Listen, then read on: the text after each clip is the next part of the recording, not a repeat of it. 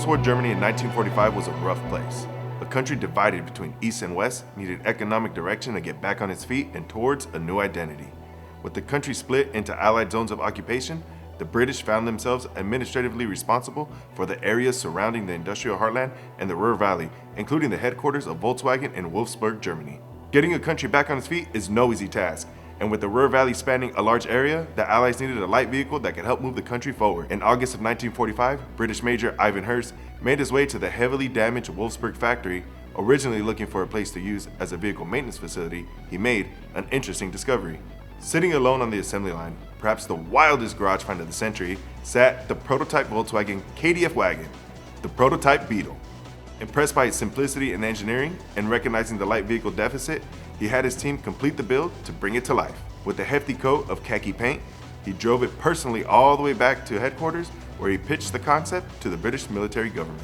You may be a hell of a car salesman, but Hurst was able to sell the British military government 20,000 units on the spot and kickstarted the production of one of the most iconic vehicles of the 20th century.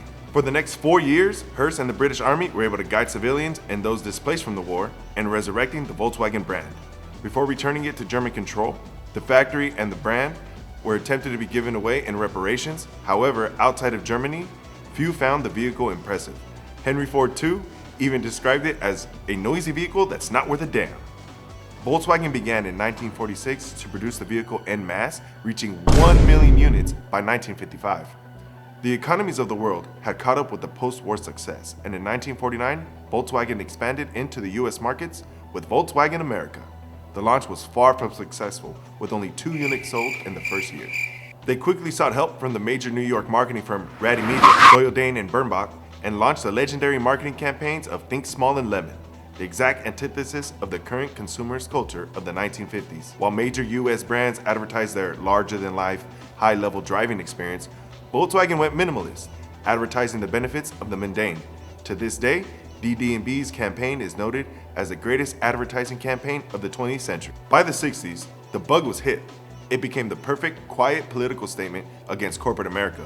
Ironically, the vehicle forged in war was adopted as a symbol of peace, with activists, hippies, and the American youth painting their Beetle and VW bus all kinds of psychedelic colors, creating the hippie van. In Latin America, the Bug was a foundational pillar in everyday life. The Vocho, as it was affectionately named, became the regular urban taxi. The Beetle's efficient, lightweight, and accessible design lent itself to any engineer at heart's true passion, making it go much, much faster. Hot rodding in the 1950s by this time has splintered into all various specializations of modifications, and the Beetle was a perfect platform for vroom. With the stock VW weighing only 1,800 pounds, less when subtracting chrome emblems, door handles, and safety features, it was an amazing canvas for true artists to work.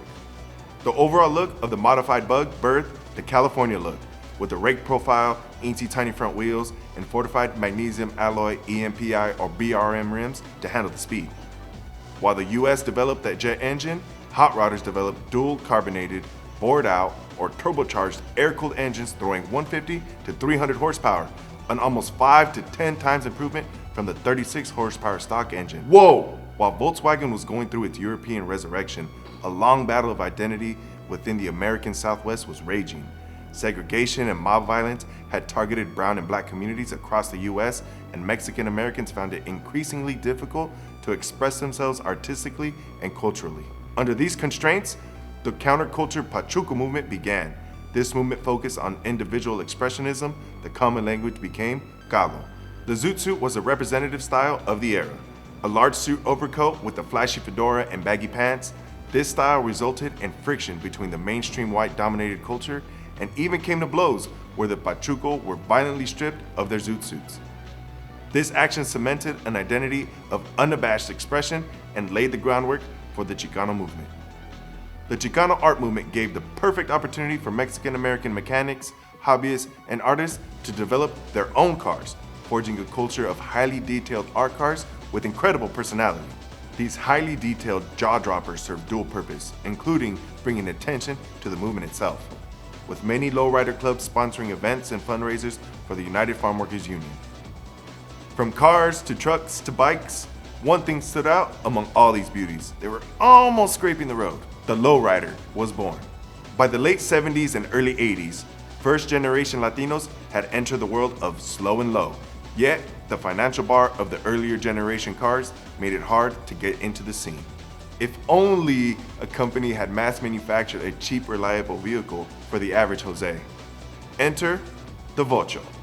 The VW began to create its own subculture with lowriding carving the cow stone known today, not to be confused with resto cow. Cow-style Beetle lowriders are particular, mirroring the Bomba style where instead of removing the chrome pieces, they double down on factory standards, sporting the dish wheels, era-corrected overhead racks, luggage included, and flashy unit colors. That does not mean that the bug can't get down. These cow-style V-dubs are slammed and cambered. And that'll bring us to our friend today, StanTheMan and BadRazz.